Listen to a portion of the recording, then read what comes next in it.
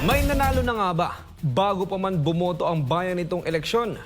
Yan nga ang tanong ng maraming botante, maging ni dating Defense Secretary Norberto Gonzales na hayagang nagsasabi na may nagmaniobra sa halalan. Ang eksklusibong report na ito mula kay Almar Forzuelo.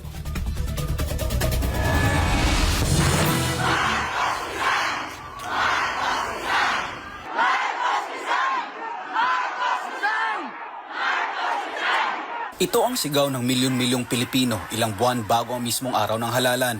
Trending sa social media ang kaliwat kanang kilos protesta ng milyon-milyong Pilipino mula Luzon, Visayas, Mindanao at maging sa iba't ibang lugar sa ibayong dagat.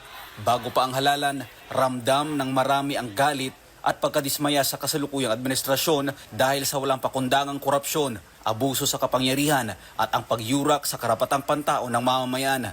Kaya't upang sa mapayapang paraan, maipakita ang panawagan para sa pagbabago, ang eleksyon ang nakita ng taong bayan bilang paraan para wakasan ang tumitinding krisis at kahirapan.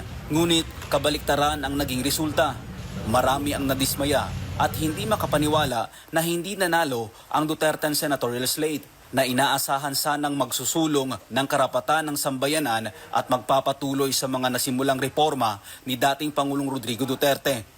Para kay dating Defense Secretary at 2025 senatorial candidate Norberto Gonzales, malinaw na nagkaroon ng dayaan noong halalan. Ako, ang pakiramdam ko talaga, medyo dadaya tayo. No? Sa eksklusibong panayam ng SMNI News, binigyang diin ni Gonzales ang kanyang pagkabigla sa pagkapanalo ng ilang kandidato na ayon sa kanya ay hindi pasok sa mga survey at ang mas matindi pa dahil sinusuka na sila ng taong bayan. Pati yung mga supporter nila mismo nagsasabi, oy, nagbilagro. Nanalo yung mga kandidato natin. Kaya para sa kanya, hindi pa man nagsisimula ang halalan, ay may mga nanalo ng kandidato. Anya, magkahiwalay ang operasyon ng umunoy dayaan sa lokal at pambansang antas. Sa national level, anya, malinaw na may kontrol na mula sa itaas, mula sa sentro ng kapangyarihan, maging ang pagkakaayos ng ranggo, batay sa dami ng boto. Tila planado at sistematikong isinagawa. Sa ngayon, patuloy na nangangalap ng karagdagang ebidensya ang kampo ni Gonzales ukol sa umunoy dayaan. Hinihintay na lang din daw nila ang resulta ng mas malalim na pag-aaral. Subalit sa inisyal na pagsusuri, kapansin-pansin umano ang pare-parehong pattern ng kanyang ranking sa napakaraming probinsya na isang indikasyon na posibleng may sistemang kumikilos sa likod ng resulta. Kaya para sa kanya, panahon na upang baguhin ang mismong sistema ng pagboto sa Pilipinas. Kaya unang-una, ang gusto kong makita, magkaroon tayo ng bagong electoral system.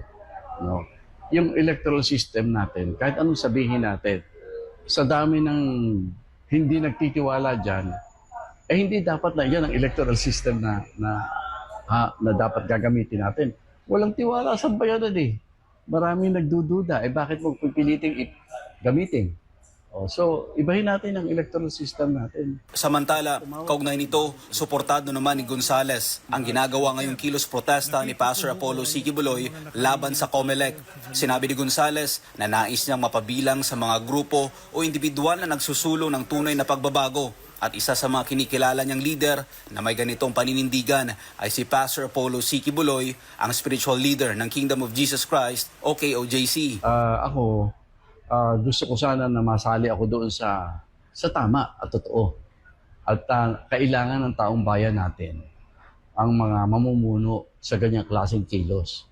Huwag natin payagan na laruin lang yan o kung sino-sino. Pag nadinig ko si pastor na nagsasalita na talaga ng tunay na pagbabago, sali ako dyan. Sa huli, aminado si Gonzales na hindi magiging madali ang pagbasag sa kasalukuyang sistema, pero buo ang kanyang paninindigan na suportahan ang mga nais ng tunay na reforma. Marami na magpapail, hindi susuporta ka na lang. Meron ako mga napipili na susuportahan. Sasali ako dyan. Ako, kilala ko naman si pastor eh. Malalim mag-isip yan eh. Palagay ko, nararamdaman niya rin ang pangangailangan ng tunay na pagbabago. Lalong-lalo na sa electoral natin kasi yan ang namimili ng leader natin. Para sa Diyos sa Pilipinas, kung mahal, Almar Forzuelo, SMNI News.